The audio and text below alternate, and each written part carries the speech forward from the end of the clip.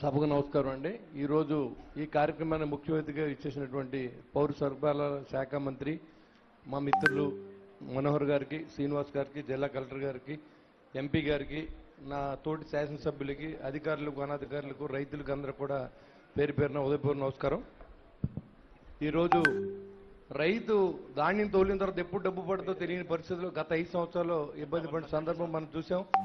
ఆ రాక్షస ప్రభుత్వం నుంచి ఆ ముఖ్యమంత్రి ప్లానింగ్ లేకుండా ఆర్బీకేకి వెళ్తే లారీ తెచ్చుకోమంటాడు, లారీ తెచ్చుకుంటే రైస్ మిల్కి వెళ్తుంది, రైస్ మిల్కి వెళ్తే తడిసిపోయిన దాన్ని మళ్ళీ వెనక్కి తీసుకెళ్ళమంటాడు, లేకపోతే రైస్ మిల్లర్ 25 వెళ్తే దింపుకుంటానంటాడు. అలాంటి పరిస్థితి నుంచి ఈ రోజు కాపాడేందుకు ఈ కూటమి ప్రభుత్వం ఏర్పడింది. దాంట్లో మొట్టమొదటి భాగంగా మరి ఆ రోజు దాదాపుగా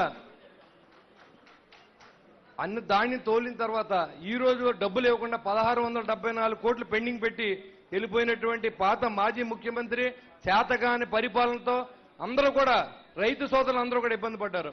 పీపీసీ సెంటర్లు ఎప్పుడు ఓపెన్ అవుతాయో తెలుసండి మీకు? ధాన్యం అంతా మిల్లర్స్ కొనుక్కున్న తర్వాత తగ్గించి కొనుక్కున్న తర్వాత పీపీసీ సెంటర్లు ఓపెన్ చేస్తూ ఉంటారు. కాబట్టి దయతో ఈ రోజు అధికారుల్ని మా మంత్రి గారు కూడా సెలవిస్తూ ఉన్నాం. మీరు తప్పనిసరిగా సార్ మీరు అడ్వాన్స్ గా పీపీసీ సెంటర్లు ఓపెన్ చేసి ఒక రైతుని ఇదివరకున్న డైరెక్షన్ మనం మార్చమని చెప్తా ఉన్నాం. ఏదైతే ఆర్బీకే సెంటర్కి వెళ్తే మీకు ఆయన పర్మిషన్ ఇవ్వాలి, ఆయన పర్మిషన్ ఇచ్చిన తర్వాత లారీ ఏళ్ళ తెచ్చుకోవాలి.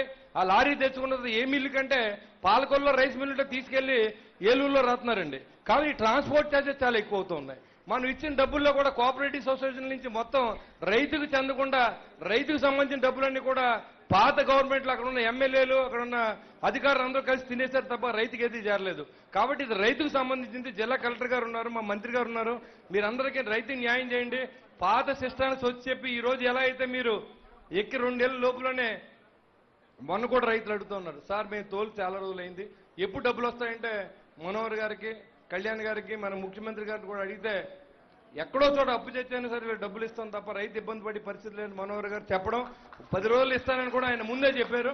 ఆ ప్రకారం మాట నిలబెట్టుకునేందుకు ఎన్ని అవస్థలు పడినైనా సరే ఈ రోజు మా మంత్రి గారికి అభినందనలు తెలియజేస్తా ఉన్నా. ఎందుకంటే మీ పోరాటం ఇవాళ ముఖ్యమంత్రి గారి దగ్గరికి వెళ్ళి మీరు ఏమైనా సరే ఈ శాఖ న్యాయం చేయాలంటే రైతును ఆదుకోవాలని చెప్పి మీ చొరవకి పేరు పేరున మీకు ఉదయపూర్వ నమస్కారం తెలియజేసుకుంటూ, మరి రైతులందరూ కూడా ఇంకా చాలా మంది మిత్రులు ఉన్నారు.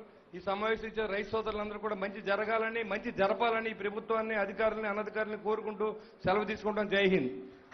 ఈనాటి కార్యక్రమానికి